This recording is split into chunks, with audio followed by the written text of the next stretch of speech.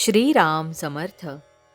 श्रोते हो, आपण ऐकत आहात श्री गोंदवलेकर महाराज यांचे प्रवचन.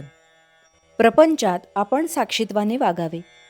सत्य वस्तू ओळखणे हा परमार्थ आणि असत्य वस्तूला सत्य मानून चालणे हा प्रपंच होय. आपल्याला वस्तू दिसते ती खरी असेलच असे नाही, पण ती मुळीच नाही असे मात्र नाही. ती काहीतरी आहे. एका दृष्टीने सत्य वस्तू अशी आहे की प्रत्येकजण जे गुण त्या वस्तूला लावतो ते सर्व गुण तिच्या ठिकाणी आहेतच, शिवाय आणखी काहीतरी गुण तिच्या ठिकाणी आहेत, म्हणून ती निर्गुण आहे.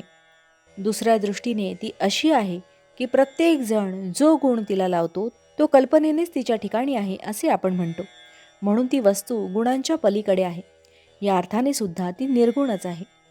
जशी आपल्या देहाची रचना तशी सर्व सृष्टीची रचना आहे. देहामधले पंचकोश सृष्टीमध्ये देखील आहेत. फरक एवढाच की देहामध्ये ते मूर्त आहेत, तर सृष्टीमध्ये ते अमूर्त स्वरूपात आहेत.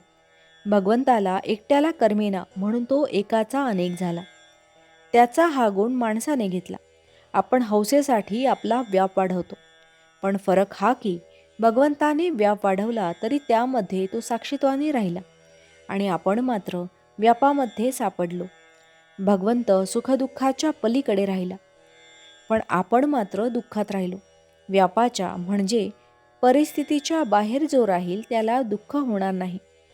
खरे पाहिले तर व्यापातून वेगळेपणाने राहण्यासाठी सर्व धडपड आहे. व्याप दुःखदायक न व्हावा असे वाटत असेल तर आपण साक्षीत्वाने राहायला शिकले पाहिजे.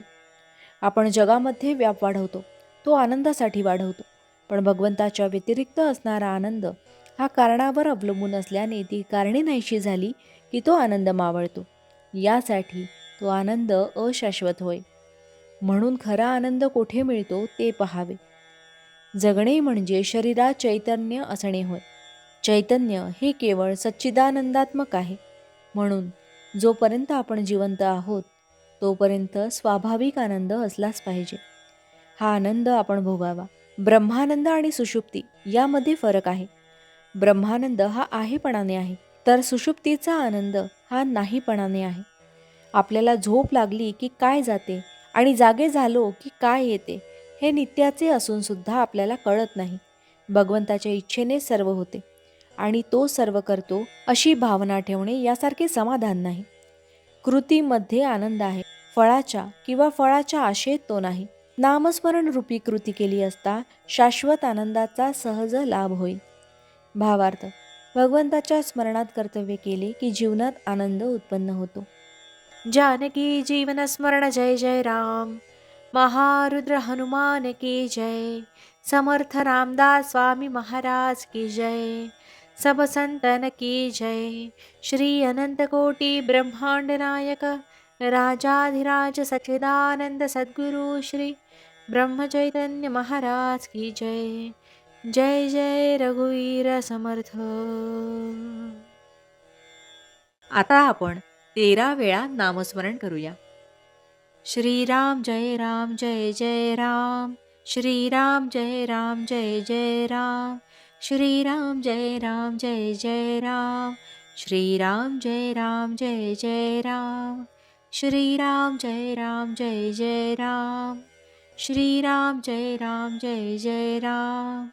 श्रीराम जय राम जय जय राम. श्रीराम जय राम जय जय राम.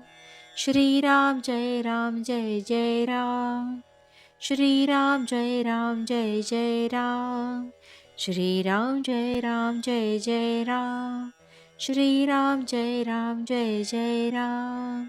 श्रीराम जय राम जय जय राम.